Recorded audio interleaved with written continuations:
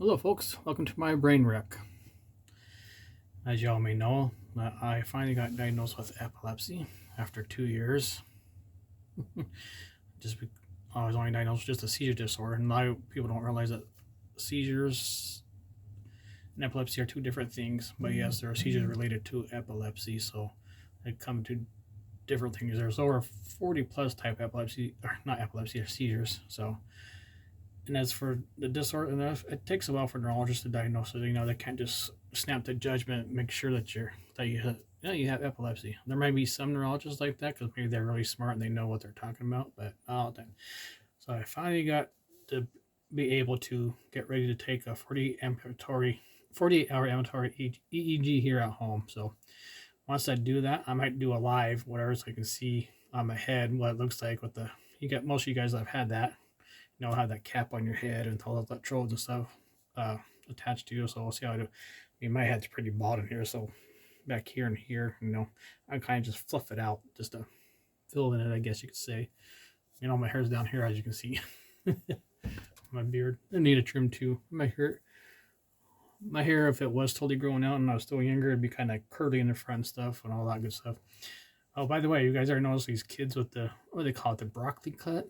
And I'm looking at them like looking at these kids, younger kids, like it does look like a broccoli. If you look at it, it's all curly in the top, and down here it's all straight or whatever. But anyway, so I'll be getting one of those, and we'll see how it goes, and maybe they'll find something or not. It's hard to say. So I was told from this board that I'm on, or whatever, I was told to stay away from microwaves because it can affect it, I guess. So obviously, no going near microwaves for me or anything like that. I don't know if computers affected or not, so obviously I'll be told what to do and stuff. So what I'm going to do, though, I'm just going to read stuff from epilepsy.com, which is the main foundation for epilepsy, and tell you why people need to have one of these, or why do you need one, or so forth. It's just based off why you need one and what to expect, but if you have a seizure during the test or whatever, or at home. So the first thing we're going to start off with is, why do I need one? And just so you know, this is for information purposes only. I'm not a medical doctor or anything like that. Seek any or all professional medical treatment from your hospital or doctors or whatever your medical team. All right.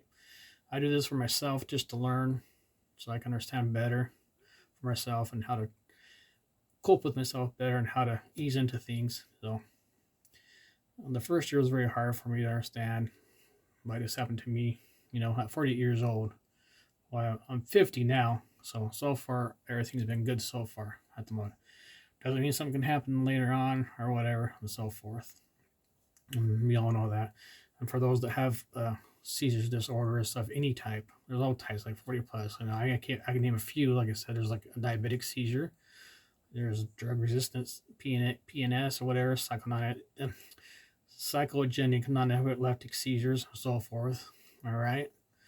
And there's pseudo seizures. There's, like I said, diabetic seizures. There's drug resistant seizures, and so forth, I guess, or whatever. Or people coming that have a high fever and stuff, they start having a seizure because your body is trying to control itself from going and to shut down. Not shut down, but not causing it to act worse than it really is. So the reason I call my channel My Brain Wreck is because my brain took a wreck.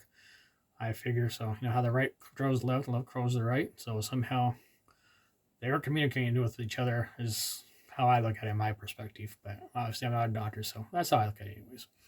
So why do I need one? Why do we need ambulatory EEG or so forth, or just EEG in general? So like I said, mine's going to be a 48-hour one. So I'm just going to be here at home, no camera or anything like that, just a cap on my head. I believe it is, like a shower cap with, look like an alien, I guess you could say, an ET phone home.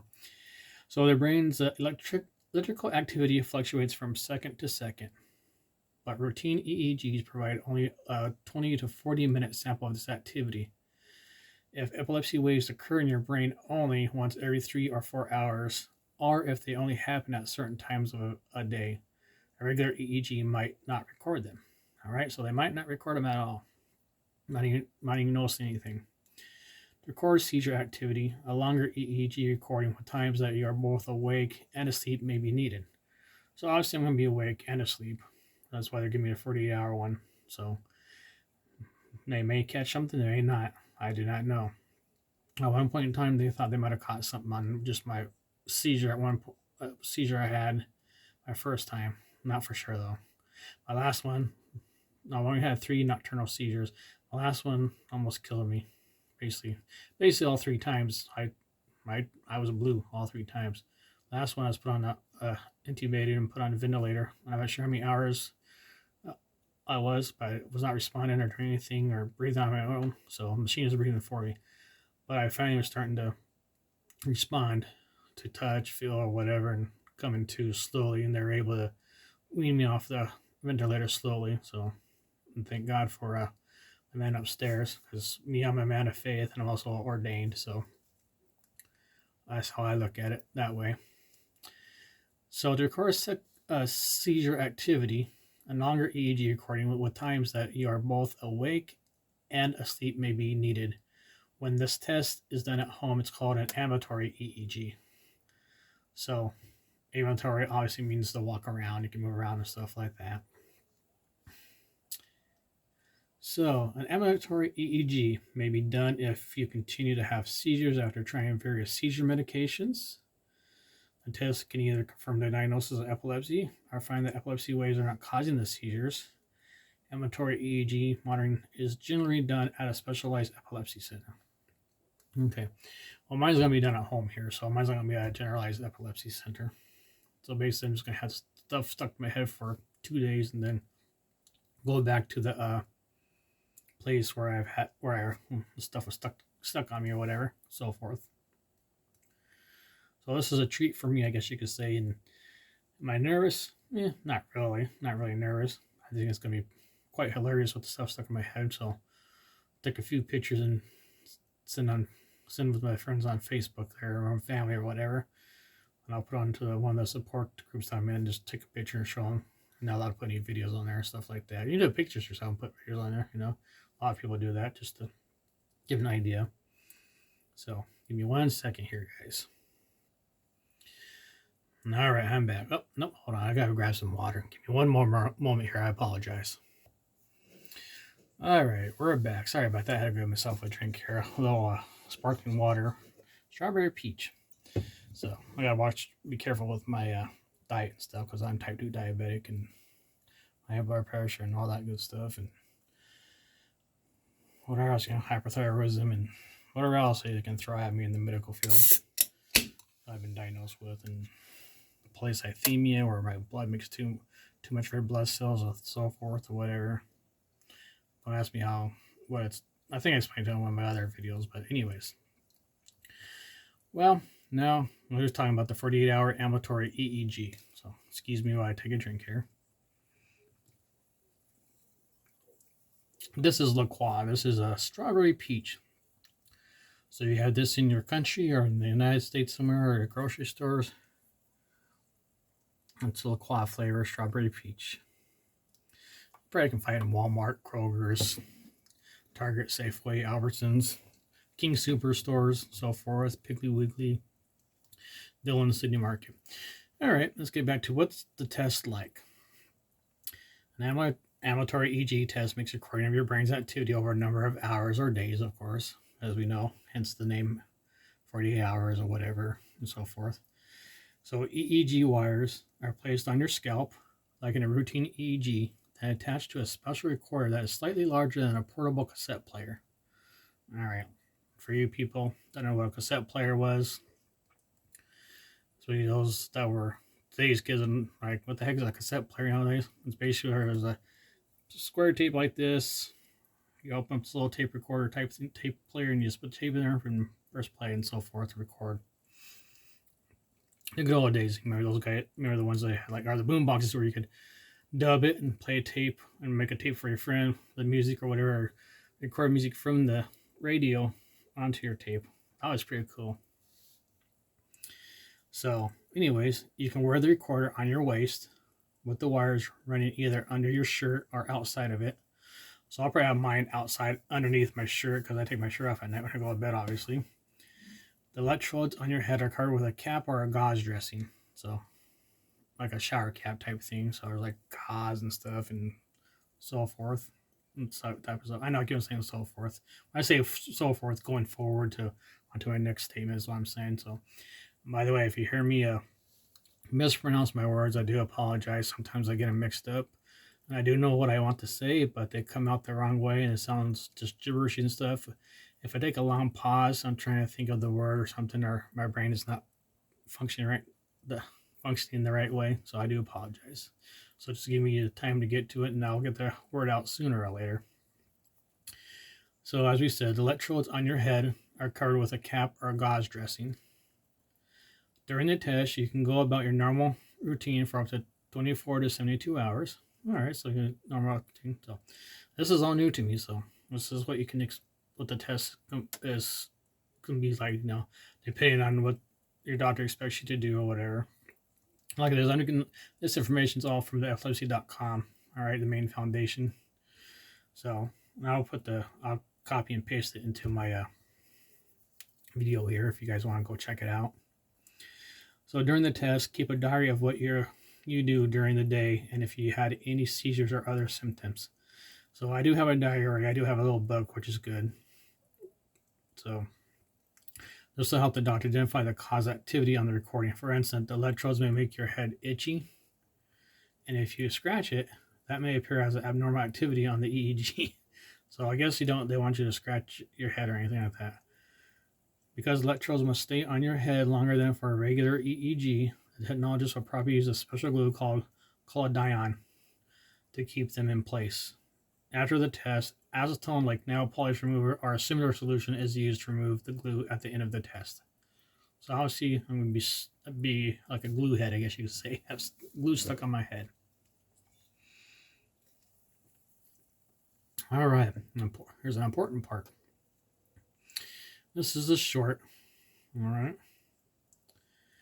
So, what should I do if I have a seizure during the test? So most requires having an event button to press if you have any seizures or different symptoms during a test. Obviously, you're having a seizure during a test and stuff, you're not going to know most requires having an event button to press if you have any seizures or different symptoms during a test. So I guess you can just press the button if you feel like you're having some type of weird thing, maybe an aura, like deja vu or something like that, or something in your head up here is feeling funny, or you feel a rush or something.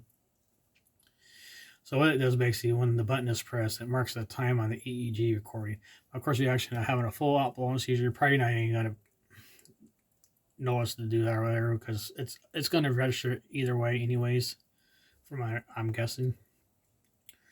So when the button is pressed, it marks the time on the EEG recording. Doctors can then compare what you feel or what is seen by others to what the EEG shows at the same time. And of course, if you're not able to press the button during a seizure, someone else can do it for you. So for me, I'm lucky I have my wife with me. She can press it for me if need to be. So that's good. But if you don't have anything, nobody do it, that's okay.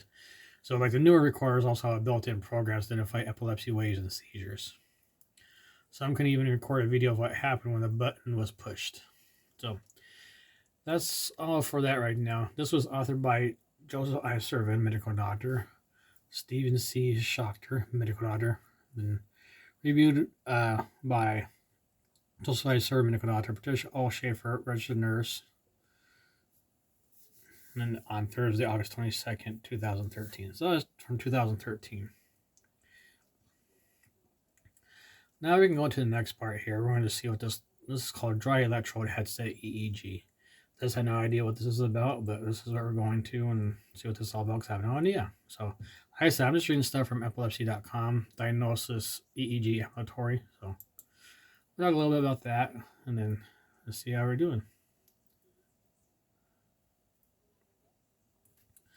Oh, okay. This is something different. So, dry electrode headset EEG receives FDA approval for clinical use. All right. So, this is from 2018.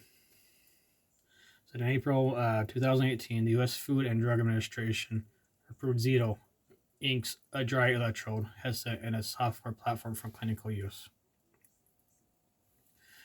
So the Zito headset, called Zeeg, I guess, I think it's called ZEEG, is easy to wear and does not need any preparation. So, like I said, I don't know about this stuff or anything like this. It's just I'm just scrolling across and going to the next page on the epilepsy.com diagnosis, EEG, so forth. So, the Zito headset called ZEG is easy to wear and does not need any preparation. The EEG data collected from the headset is sent wirelessly to a cloud platform. Okay, cloud platform, that's interesting. This means the EEG is sent and stored using the internet. So, I guess they're using our brains through the internet, obviously, somehow, or whatever. We'll figure. The doctor or healthcare provider reading the EEG can view it live and read or interpret what the EEG means very quickly. Well, I guess it's probably no different when I have it underneath here. It's called a loop recorder. It's a constant, seems like a constant heart path of an EEG, basically, is what it is. Or, yeah, EKG. Sorry, this is EKG. Excuse me, because apparently there's something I have supposedly a secondary heart block. So, not sure, but right below, about an inch below my heart here, is a little insert thing. It's like a battery type thing, and it sends to a thing in a machine in my room, and it sends information to it. And what that does, it sends it to a doctor, and it tells me about the heart, tells him about the heart patterns or so forth. But anyway, so maybe that's like similar. I mean, AI. I'm turning into an AI person. I'm gonna be a robot pretty soon. I don't know. So, a doctor or healthcare provider reading the EEG can view it live and read it or interpret it, what the EEG means very quickly. So, the dry electrode headset gives accurate 10 to 20 EEG placement and records EEG data consistent with the typical EEG. This approval is particularly meaningful to Epilepsy Foundation. So, mind you, I'm on into Epilepsy and Foundation. So, since the Zito EEG system was selected as a prize winner in the 2016 Epilepsy Foundation Shark Tank. I don't know if you guys know the show Shark Tank, so this obviously must have been invented by doctors and people with medical backgrounds and science backgrounds, obviously. It was also awarded a new therapy commercialization grant in 2015, said Jacqueline French, medical doctor, Chief Scientific Officer of the Epilepsy Foundation, Professor of Neurology. New York University Langone House Comprehensive Epilepsy Center. We saw a great potential for the EEG, an old diagnostic technique, to take a great leap into the modern age, making it more accessible for diagnosis of epilepsy. All right, continuing, what is the ZEEG, or ZEEG? Let me just say this. So Zito's EEG provides a comfortable and wireless way to record a person's brainwaves or EEG. I'm just going to say the ZEEG. The ZEEG headset can be placed on a person's head to record electrical activity from their brain without wires or glue. That's why this is called a dry electrode headset. It's comfortable to wear and can be worn for a few hours at a time if needed. It can be used in an office, clinic, or hospital setting. It's not available for home use yet. It can set up quickly to buy a healthcare professional. The headset can be adjusted to fit children and adults. It has been tested and fits well on people 4 years and older. The headset cleans easily and can be reused. All right, when is the ZEEG used? It can be used for any reason a regular EEG is done. All right, since it is quicker and easier to set up, it can be used when an EEG needs to be recorded quickly. It can also be used for a routine EEG or a test that lasts longer than an hour. Now, for you folks out there, let me know if you have used this, or if it's on here. This is from 2018. It says it's not available for home use yet, so obviously it's only maybe for medical use at medical facilities, obviously. But if it's out there on the market, let me know what you guys think about if it's been tested on you or not. That'd be very interesting. So that would be pretty cool to understand. It can also be used for a routine EEG or test that lasts longer than an hour. All right, how is the ZEEG read or analyzed? The Zito headset comes with a software that gets information to the doctors quickly. Data is immediately sent to a secure cloud platform, obviously what I read before. The doctor can use a mobile app to view the EEG in real time from a remote or different location. You don't need to be at the doctor's office to have him or her read the results. All right. How does this affect people with epilepsy? EEG is the most common and important test to diagnose seizures and epilepsy. Since 1924, getting an EEG in the hospital has not really changed. A trained technician measures the head, sorts through hair, and marks where the EEG wires or electrodes need to be placed.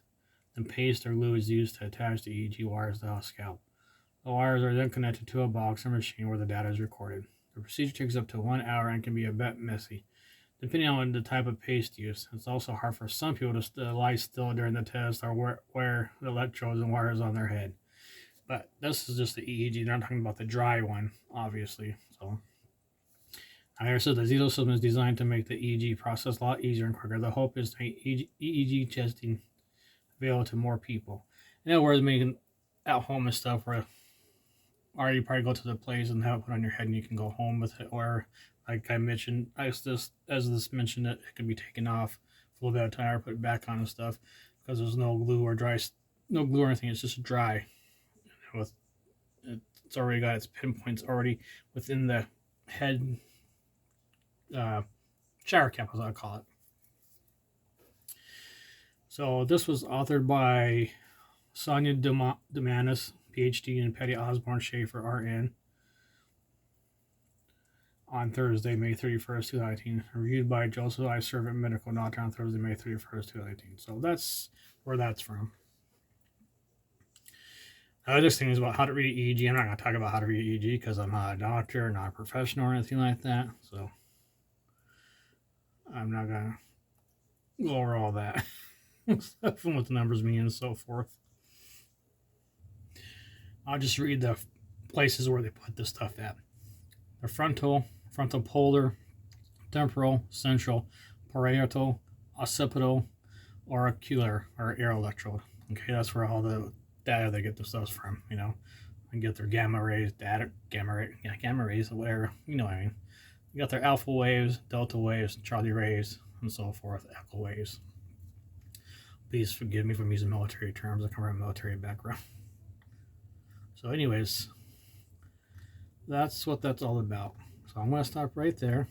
So now, hope that information helps you some, helps me a little bit to understand better about what the 48-hour ambulatory EEG is. Like I said, some of the times these are done in hospital settings. Mine's going to be done here at home for 48 hours and just go about my daily activities, what I do, or whatever, goofing around. No, I'm not goofing around, but that's what I'll be doing. So mine shouldn't be too hard to get the glue out once they get on me because I don't have that much hair in here anyways, so they don't have much hair to sort through, obviously. So it'll make them easy for them. So they just stick the glue and pat it right on there. Well, guys, thank you for watching this channel. If you like my channel, like and subscribe. Mind Brain Wreck. All right. Appreciate it.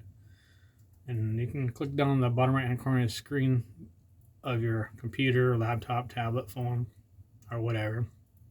Bring up the subscribe button that way. Make sure you click all. That way you know when I post a video each and every time. Make sure that bell is highlighted dark or whatever, or highlight on the inside. That way you know when I post a video each and every time. You guys have a great day. This is My Brain Wreck.